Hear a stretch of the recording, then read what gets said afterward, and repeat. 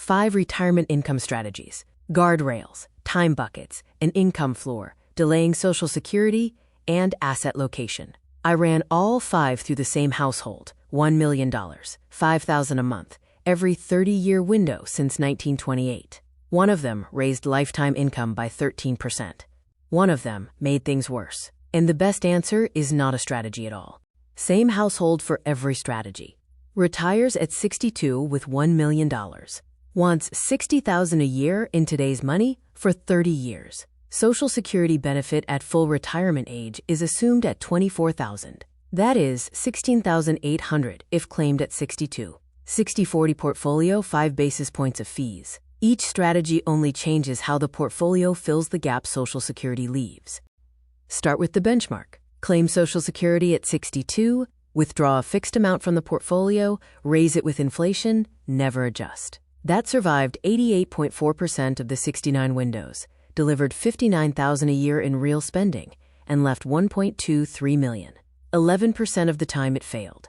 Every strategy from here is judged against those 3 numbers. Strategy 1. Instead of locking in a fixed check, you let it flex between an upper and a lower rail. If the withdrawal rate climbs past the upper rail, you cut 10%.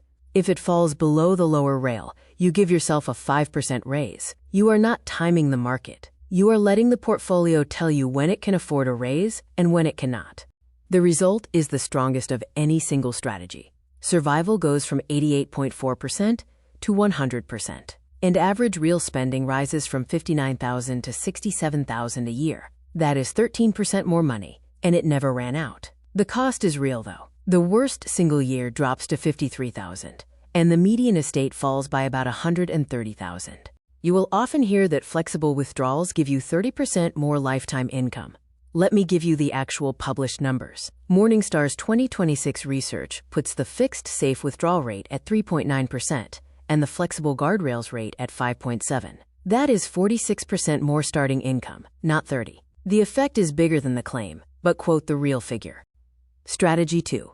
Hold 2 to 3 years of spending in cash, the middle years in bonds, and the long money in stocks. When the market falls, you spend the cash instead of selling shares. When stocks recover, you refill the cash bucket from the gains. The promise is that you are never forced to sell low. It is the most emotionally satisfying idea in retirement planning. Now the test. This is the only strategy that made the household worse off. Survival fell to 85.5%, below the 88.4% baseline. Average spending was flat, and the median estate dropped by $200,000. The cash bucket was a drag, and the refill rule delayed buying back in. The comfort is genuine. The returns are not. If buckets keep you invested through a crash, they earn their cost, but know you are paying one. Strategy 3. Split spending into essentials and wants. Then make the essentials bulletproof with Social Security and an inflation-protected bond ladder. Once the floor covers the essentials, a crash stops being an emergency. Only the discretionary money is exposed, and it can flex. In this household, essentials are $40,000. Social Security covers $16,800 of it. The ladder has to cover the rest. It works. 100% survival, $61,700 of average real spending, and the steadiest income of the lot. But the ladder costs $538,000, more than half the portfolio, locked away at the very start. The median estate collapses from $1.23 million to $535,000. You bought certainty, and you paid for it in legacy. Strategy 4. Claim at 62, and you get 70% of your full benefit. Wait until 70, and you get 124%. That is 77% more, inflation adjusted, guaranteed, for life. It is the closest thing to a free lunch in retirement planning. One correction, though. You will hear 8% a year for every year between 62 and 70. The 8% only applies after full retirement age. Here is the catch nobody mentions. For 8 years, your portfolio carries the entire $60,000 on its own. That is a 6% withdrawal rate. Survival came in at 92.8%, better than the baseline, but not perfect. The bridge years are genuinely risky. What you buy is the best floor of any strategy tested, $57,800 in the worst year. The income you end up with is bulletproof. Strategy 5 costs nothing and changes no investment you own.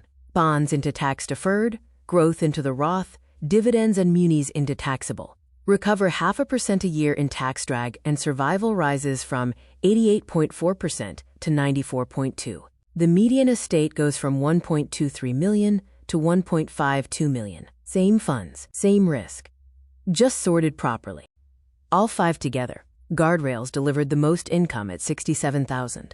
The floor and the guardrails both hit 100% survival. Delaying Social Security gave the steadiest income. Asset location gave the largest estate. Time buckets came last on every measure. Notice that no single strategy won everything. Income, certainty, steadiness, and legacy pull in different directions. So I combined them. Guardrails on the withdrawals, Social Security delayed to 70, and the holdings sorted across the right accounts. 100% survival. $68,100 of average real spending, the highest of anything tested. And a $1.49 million estate. That is 15% more lifetime income than the 4% rule, with no failures, from exactly the same $1 million. 3 things to take away. Flexibility was worth more than any allocation change. Being willing to adjust beat every clever portfolio. Sorting beat selecting. Asset location added more than picking different funds would have. And the bucket strategy's comfort came at a measurable cost. Do the boring things in the right order, and the $1 million does the rest.